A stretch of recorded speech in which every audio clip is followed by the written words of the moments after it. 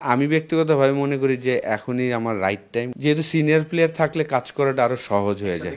এটা জেনে শুনে আসলে এখানে এসেছি। সালাউদ্দিন আয়ারল্যান্ড সিরিজের পর থাকছেন না, এই সিদ্ধান্তটা কিভাবে দেখেন? সালাউদ্দিন ভাই টপ কোচ, ডেফিনেটলি, এটা নো ডাউট। আমার সাথে কারোরই কোনো খারাপ সম্পর্ক নাই। সালাউদ্দিন ভাই যখন ফার্স্ট বাংলাদেশ টিমে কোচ হয়েছেন তখন আমি টিমে ছিলাম, আমি ক্যাপ্টেনও ছিলাম।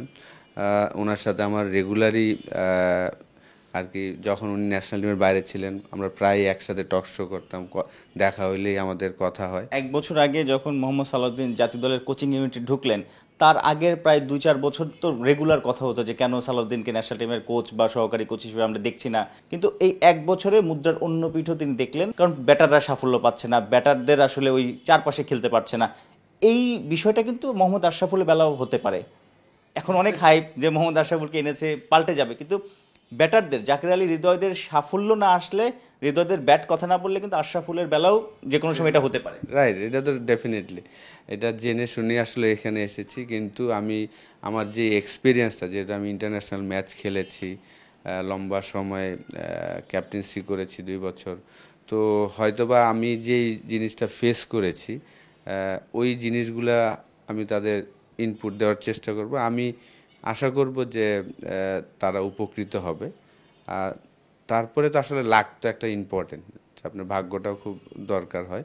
কিন্তু আমি আশা করি যে আমি কেন সাকসেসফুল হয়েছিলাম, কেন হই নাই, ওই সময়টা একটা ব্যাটসম্যান যে আউট হয় তার আগে কি চিন্তা করে, এইসব বিষয় নিয়ে আসলে যদি আপনি চিন্তা করেন, আমি আশা করব যে শুধু ন্যাশনাল টিম না, সব জায়গায় সব প্লেয়াররাই তারা সাকসেসফুল হবে যদি তারা প্রত্যেকটা বল, যেমন আউটের সময় ওই বলটা আমি কি চিন্তা করছি। কারণ আপনি প্রত্যেকটা বলই খেলার সময় একটা চিন্তা করেন, আপনি যদি ক্লিয়ার মাইন্ড থাকতে পারেন যে না আমার মাইন্ডটা ক্লিয়ার থাকবে, তখন কিন্তু আপনার সাকসেসফুল রেটটা বেশি।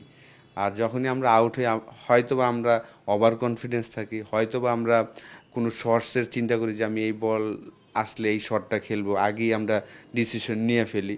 এই জিনিসগুলো নিয়ে যদি প্লেয়াররা কাজ করতে পারে, কারণ এটা আমার লাইফে আমি করতে পারি নাই, লাস্ট 2 বছর যখন আমি ইংল্যান্ডে খেলে আসলাম তখন আমি এই রিয়েলাইজগুলো করে প্রচুর সাকসেসফুল হয়েছিলাম। অনেক জায়গায় এমনও বলা হচ্ছে যে আশরাফুলকে আসলে জাতীয় দলের ব্যাটিং কোচ হিসেবে অনেক তাড়াতাড়ি হয়ে গেল কিনা। আমি লেভেল 3 কোর্স করেছি প্রায় 2.5 বছর আগে, এবং লাস্ট 2টা জিএসএলও কাজ করে এসেছি রংপুর রাইডার্সের হয়ে।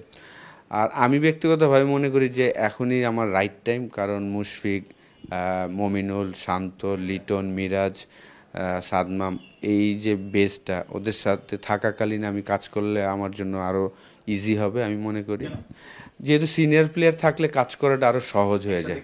একসাথে খেলেছি, তাদের মেন্টালিটি আমি জানি, তো আমার মনে হয় যে এই ক্রিকেটারদের আমি যত সহজভাবে বোঝাতে পারবো, নতুন একটা প্লেয়ারকে হয়তো বা বোঝাতে আরও একটু কঠিন হতে পারে।